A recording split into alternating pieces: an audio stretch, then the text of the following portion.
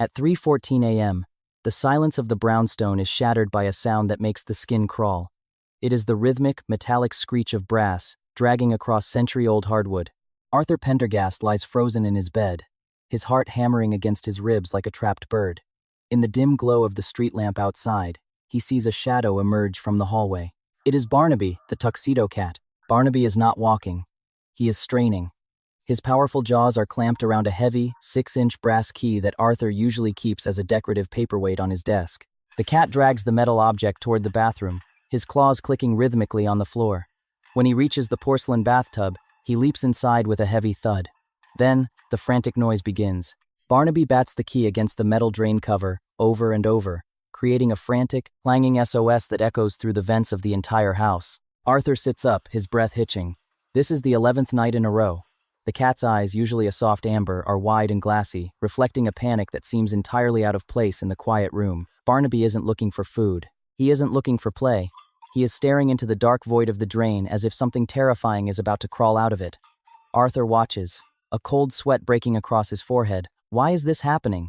What is Barnaby trying to lock away? Arthur Pendergast is a man who thrives on silence and order. As a professional map restorer, his days are spent under a magnifying glass, carefully piecing together the faded geography of the past. He moved to the Hemlock Grove district 6 months ago, seeking the solitude of the historic neighborhood. The brownstone was perfect, stately, quiet, and smelling of old wood and history. But the solitude was too heavy, so he visited the local animal rescue. That was where he found Barnaby. The shelter staff told him the cat had been found sitting outside a locked shop for 3 days, refusing to move even in the rain. Arthur felt a kinship with the stoic, tuxedo-patterned animal. For the first few months, they were the perfect pair. Barnaby was a ghost in the house, a quiet companion who sat on the corner of the drafting table while Arthur worked. He was a cat of dignified habits and gentle purrs. There was no sign of the madness that would eventually take hold of their nights. The behavior started on a Tuesday, during the first frost of the year. It began with a low growl near the basement door, but by the third night, it had evolved into the ritual of the brass key. Arthur tried to be patient. He assumed it was a quirk of the new environment, or perhaps a rodent moving through the walls. But as the nights bled into weeks, the ritual became more violent. Barnaby would sometimes bloody his paws, trying to force the key into the gaps of the drain. Each night followed the same terrifying script. 3:14 a.m. arrives. The key is dragged. The bathtub becomes a drum of metallic despair. Julian began to fear his own pet. He watched Barnaby during the day, looking for signs of illness. But during the sunlight hours, Barnaby was his normal, affectionate self. It was only when the house grew cold and the moon reached its peak that the other Barnaby emerged. Arthur's work began to suffer. His hands shook as he tried to repair delicate vellum maps. He was a man unraveling, haunted by a cat who seemed to be losing his mind. Arthur searched for logical answers. He thought perhaps Barnaby was reacting to the sound of the old boiler kicking on. He called a plumber to inspect the pipes, thinking there might be a high-frequency vibration only the cat could hear. The plumber found nothing. "Pipes are solid for their age," the man said, shrugging. "Maybe your cat just likes the acoustics of the tub." Arthur then took Barnaby to a specialist vet, fearing a brain tumor or a sensory processing disorder. The vet ran blood tests and checked Barnaby's reflexes. "He's physically perfect," the doctor concluded. "It's likely behavioral. Perhaps he was trained to fetch metal objects? Try hiding the key." Arthur did exactly that. He locked the brass key in a heavy wooden drawer. That night, at 3:14 a.m., he woke up to the sound of Barnaby screaming. It wasn't a meow. It was a raw, guttural sound of pure agony. The cat was clawing at the wooden drawer until his nails split. Arthur had to give the key back just to make the screaming stop. He felt defeated, trapped in a cycle he couldn't understand. Before we uncover the chilling history behind Barnaby's ritual, if you find yourself captivated by mysteries of the heart and the animals who guard them, please take a moment to like and subscribe to the channel. Your support allows us to continue sharing these stories of hidden truths. Arthur decided he couldn't live like this anymore. The lack of sleep was driving him toward a breakdown. He made an appointment to return Barnaby to the shelter, but as he sat with the paperwork, he looked at the cat's one white paw. He remembered the shelter saying Barnaby was found outside a shop. He decided to do one last thing. He would find out who owned Barnaby before the streets did. He drove to the area where the cat had been found, a row of shuttered businesses in the old part of town. He showed Barnaby's picture to a local grocer. The man's face softened instantly. "That's Barnaby," the grocer said. "He belonged to old Mr. Henderson, the locksmith. His shop was right there, the one that's been boarded up since the accident." Arthur's heart skipped. "What accident?" The man sighed.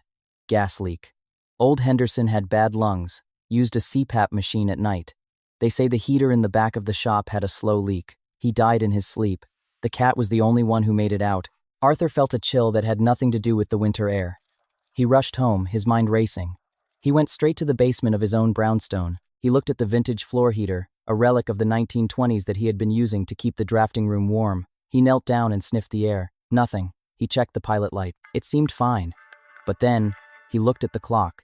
It was nearly evening. He decided to wait. He set up a high-sensitivity air quality monitor he bought at the hardware store on his way back. He sat in the dark living room, Barnaby sitting silently beside him. The cat was tense, his ears twitching at sounds Arthur couldn't hear. They waited. The hours ticked by. 1 a.m., 2 a.m., 3 a.m. The house groaned as the temperature outside plummeted. At 3:10 a.m., the old heater in the basement hummed to life. Arthur watched the digital display on the air monitor. For several minutes it remained green. Then, at exactly 3:14 a.m., a tiny, almost imperceptible hiss began to emanate from the vents. The monitor's light flickered. Yellow. Then a pulsing, angry red. Carbon monoxide levels began to climb. The hiss wasn't a ghost. It was the sound of a hairline fracture in the heater's ancient heat exchanger, opening only when the metal reached a specific temperature. Barnaby didn't wait for the alarm. He lunged for the desk, grabbed the brass key, and began the frantic journey to the bathtub. Arthur realized with a jolt of horror that the bathtub was the highest point in the house with a direct vent to the outside, and the drain was where the heaviest, deadliest air would settle first. The first reveal was staggering. Barnaby wasn't crazy. He was a survivor of a tragedy that had claimed his previous master. He had spent years watching Mr. Henderson work with metal, watching him fix things with keys and tools. In Barnaby's mind, the sound of the hissing gas was the sound of death. He had learned that when the air turned sour, he had to make a noise loud enough to wake the human. He was using the key and the tub to create a mechanical alarm, a desperate attempt to lock the danger away. But the second reveal was what broke Arthur's heart. He followed Barnaby into the bathroom and watched the cat bat the key against the drain. He noticed that Barnaby wasn't just hitting it randomly. He was hitting it in a specific cadence.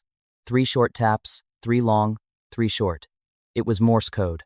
SOS.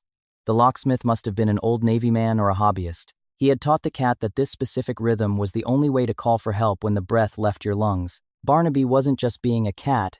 He was acting as a ghostwriter for a dead man's warning. Arthur stood in the bathroom, tears blurring his vision, as the air monitor shrieked a warning. The cat looked up at him, the brass key held firmly in his mouth, his eyes pleading. He wasn't asking for a treat. He was asking Arthur to live. He was refusing to let another person die in their sleep. Arthur grabbed a heavy blanket, wrapped Barnaby inside it, and ran out of the house into the cold night air. He called the fire department from the sidewalk, his breath visible in the moonlight. The firefighters arrived within minutes. They entered with masks and sensors. When they came out, the captain looked at Arthur with a grim expression. "You're lucky," the captain said. "That old heater was venting straight into your bedroom through a cracked flue. Another 30 minutes and you wouldn't have woken up. How did you know?" Arthur looked down at the bundle in his arms. Barnaby's head poked out from the blanket. His amber eyes calm now, the panic finally gone. "My roommate told me," Arthur said softly. Arthur made a radical decision. He didn't just fix the heater. He had the entire gas system removed from the house and replaced with modern electric air filtration. He spent thousands of dollars he didn't really have, but he didn't care. He sold the vintage brass key to a collector and used the money to buy Barnaby the finest climbing trees and the softest beds. He realized that the house wasn't just a place to store maps. It was a sanctuary that had been earned through a cat's sleepless nights. Arthur's work changed, too. He stopped focusing on the cold lines of geography and began restoring old journals and personal letters, the human side of history. He became active in the local shelter, sharing Barnaby's story to help other difficult animals find homes. He realized that many animals labeled as aggressive or broken are simply carrying burdens they don't have the words to explain. He became the voice for those who could only speak in clicks, hisses, and the clanging of metal. 6 months have passed since that night. The brownstone is warm now, but the air is clean and silent. Barnaby no longer drags keys across the floor. At 3:14 a.m., he is usually fast asleep, sprawled across Arthur's feet, his breathing deep and rhythmic. The only sound in the house is the gentle hum of a modern air purifier. Arthur often stays up late, working on a map of the city, but he always stops to check on the tuxedo cat. Sometimes, in the middle of the night, Barnaby will still wake up. He will walk to the bathroom and look into the tub. He stays there for a moment, sniffing the air, ensuring the hiss hasn't returned. Then, he turns back to the bedroom, finds Arthur, and lets out a soft, contented purr. He has finally finished his long shift. The keeper of the key has found his peace, knowing that this time, the person he chose to save is finally safe. True loyalty doesn't require a common language.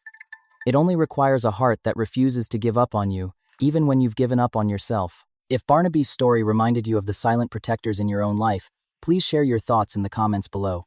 We love hearing about the incredible ways animals communicate with us. Don't forget to follow for more stories of mystery, heart, and the bonds that define us.